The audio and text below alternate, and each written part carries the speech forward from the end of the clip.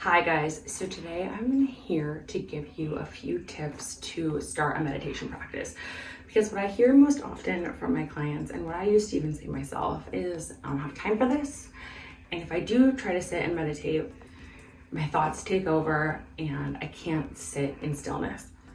And the problem is that most of us are running in fight or flight, where our nervous systems are turned into sympathetic mode all day long.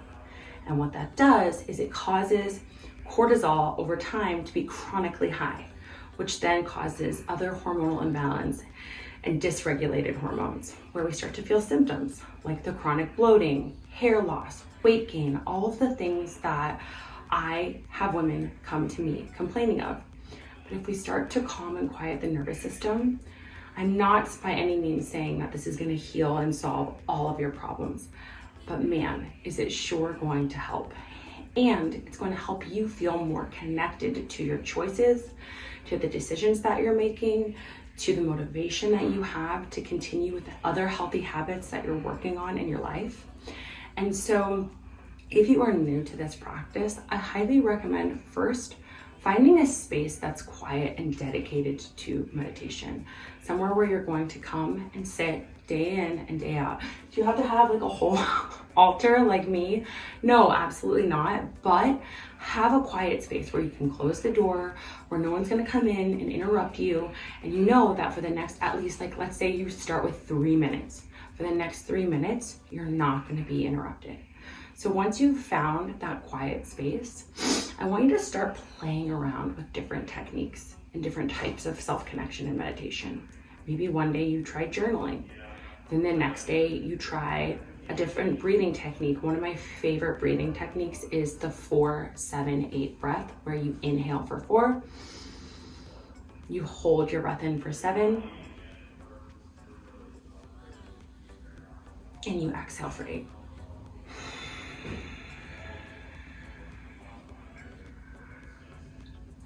And what this technique does is it starts to, again, calm the nervous system, get your body into rest and digest mode. And you just do that specific breathing technique. Inhale for 4, hold for 7, release for 8, for 3 minutes straight. That's all you're doing. And just slow, deep breathing.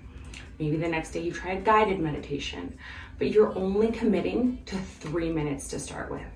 And then once you feel the effects of how grounded you feel in your nervous system, and how much more connected to yourself you feel, and how much more aware of your thoughts you feel, you'll start to notice the benefits that it starts to have on your life.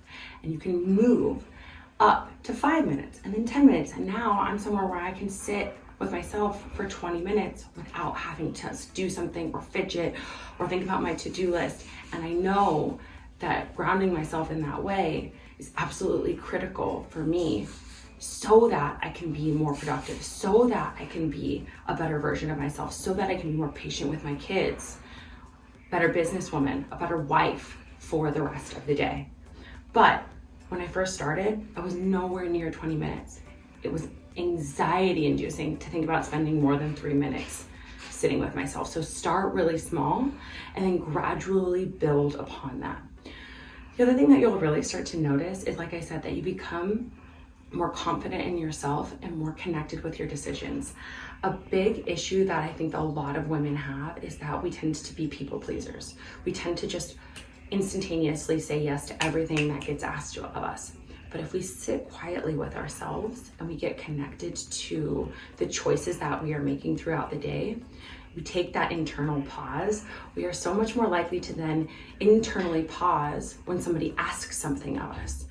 We're so much more likely to be connected with that gut feeling, that gut reaction of like, do I actually want to say yes to this? Does this align with me? Or is this going to make me feel more overwhelmed and more out of my body than I want to feel?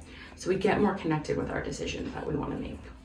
So I think that really finding that type of meditation, again, using those 3 minutes to try different techniques, journaling, guided, breath work, finding that thing that works for you and then committing to it for 30 days.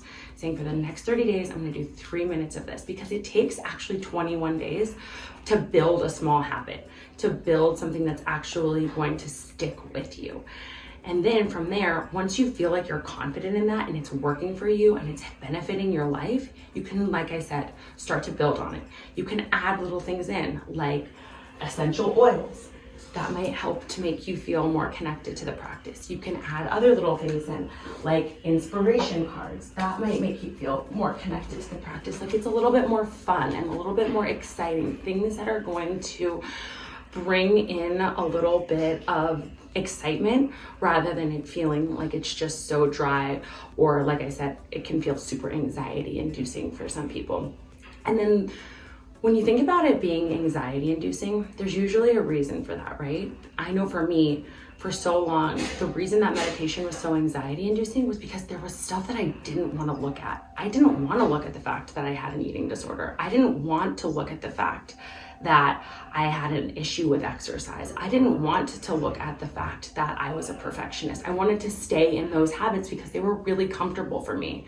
And so that's why the practice was so anxiety inducing for me. And so if it feels that way for you, there may be something that you don't want to look at that feels uncomfortable about your life. But once you take a good hard look and you start to get honest with yourself about what's making you uncomfortable about your thoughts and being alone with yourself, you start to be in a place of growth rather than a place of constantly moving backwards or staying stuck over and over and over again. So this practice is so helpful in so many different ways. It's not just about grounding your nervous system and lowering your cortisol and the physical. It's about the mental and emotional and spiritual growth that you really do gain from it.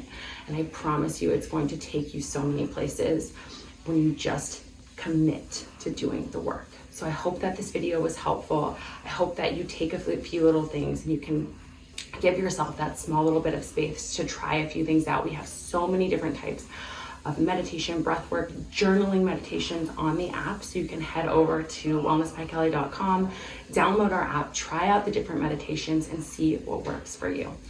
I hope you guys enjoyed this. If you did, subscribe, give this video a thumbs up, and we will see you in the next YouTube.